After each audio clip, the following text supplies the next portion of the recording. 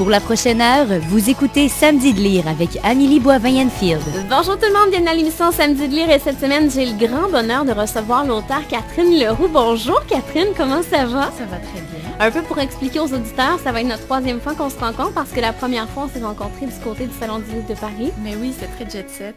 Oui, hein? Et Catherine, un peu pour te faire découvrir aux auditeurs, t'es une ancienne journaliste. Oui. Tu as exercé aussi une panoplie de métiers différents. Alors, est-ce que c'est ton petit côté à toi qui peut s'ennuyer facilement, qui est curieuse, qui a envie de découvrir? Oui, je pense qu'il y a de ça. Mais maintenant que je suis rentrée dans l'écriture, puis dans le... Je fais pas qu'écrire des romans, bien sûr, là, je fais autre chose, mais de la traduction. Puis ça tourne toujours un peu autour de la langue, puis de l'écriture.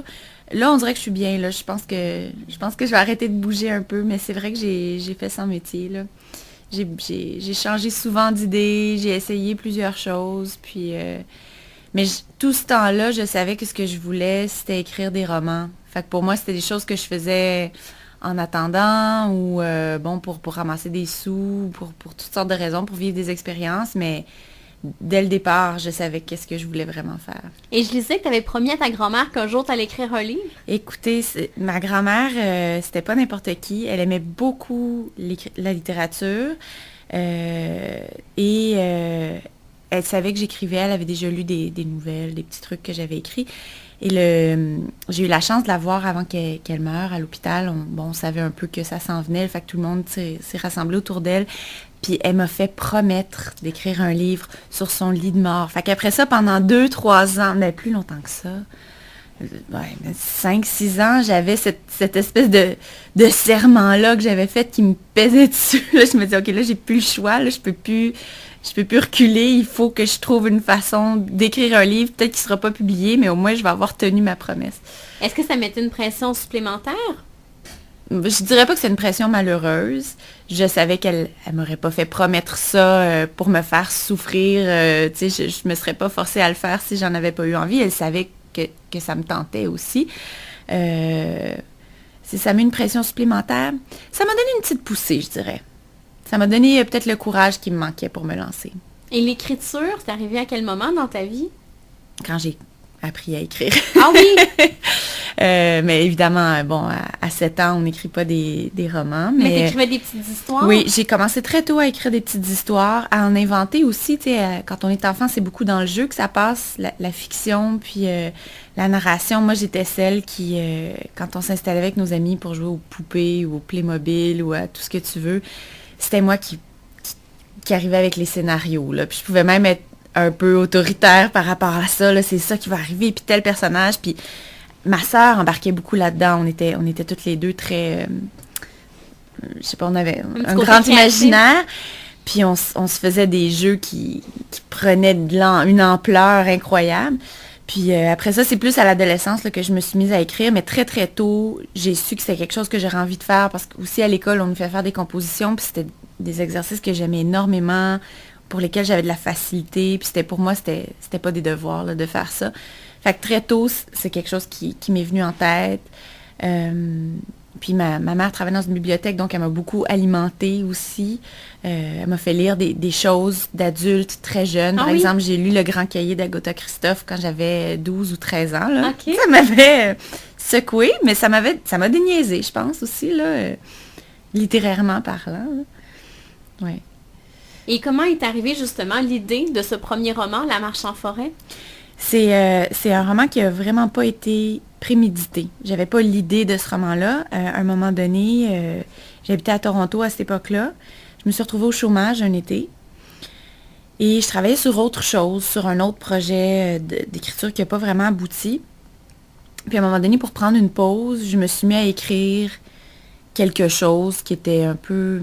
Je comparerais ça à quand on se met à griffonner pour faire un dessin. Là, on est au téléphone puis on dessine un truc en même temps sans vraiment y réfléchir.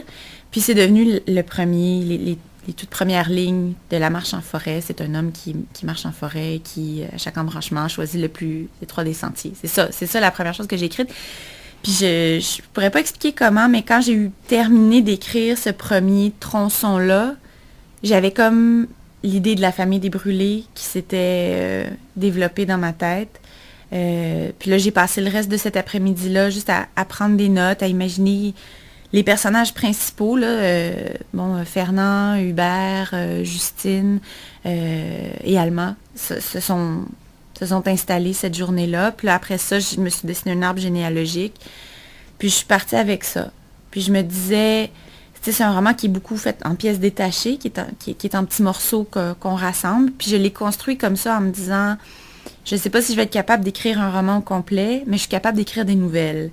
Fait que je vais faire une collection de petites histoires qui se contiennent un peu en elles-mêmes, mais entre lesquelles on va être capable de faire des liens. Puis c'est comme ça que je vais écrire mon roman. En me disant que ça allait être plus simple de faire ça. Puis finalement, évidemment, une fois que j'ai terminé d'écrire le manuscrit, je me suis rendu compte que ce serait un méchant casse-tête de mettre de l'ordre là-dedans. Là. Mais voilà. Mais on a l'arbre généalogique quand on rouvre le roman. Oui. Moi, je voulais pas ça. Ah non? Non. Mais c'est sûr que quand c'est toi qui as écrit le livre, pour moi, c'était pas super mêlant.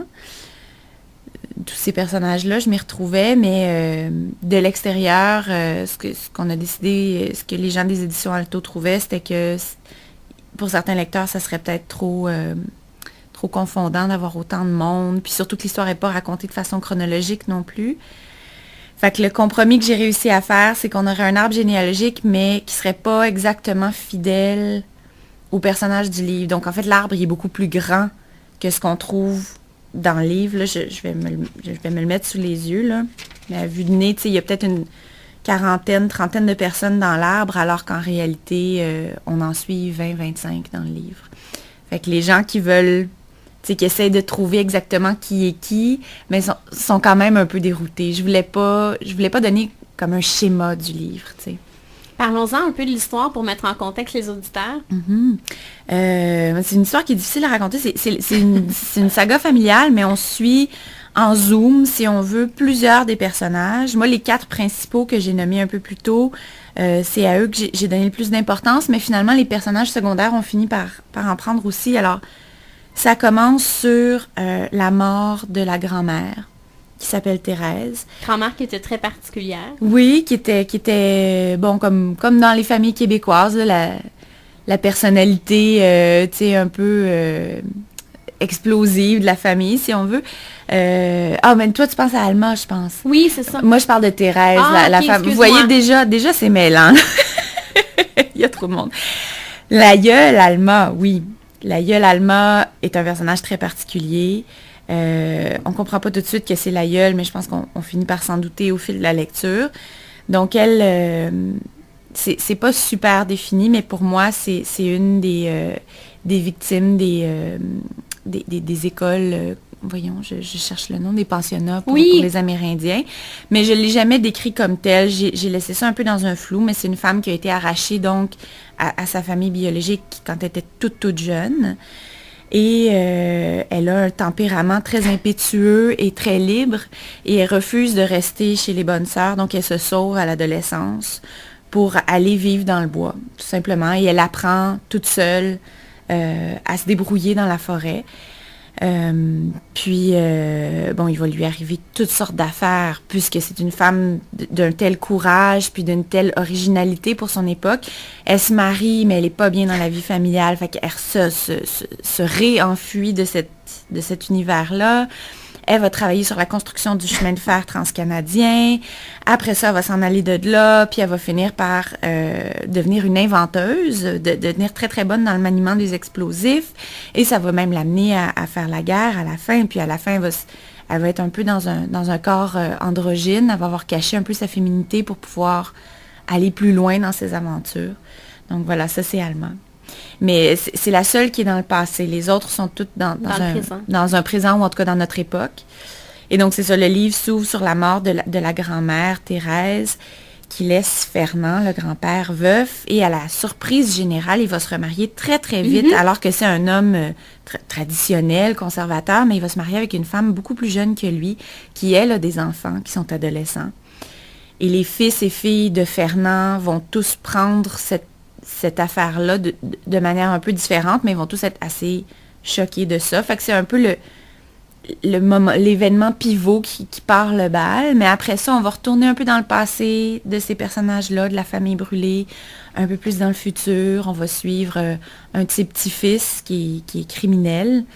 On va suivre sa belle-fille, donc la fille de sa nouvelle femme, mais plusieurs années dans le futur, alors qu'elle, ce qu'elle vit, c'est une rupture amoureuse, puis qu'elle essaie un peu de reconstruire sa vie. Tous ces personnages-là, dans le fond, on les rencontre à des moments charnières de leur existence. On les rencontre alors qu'il y a quelque chose d'important, de sérieux ou de grave qui leur est arrivé, ou de très, très beau.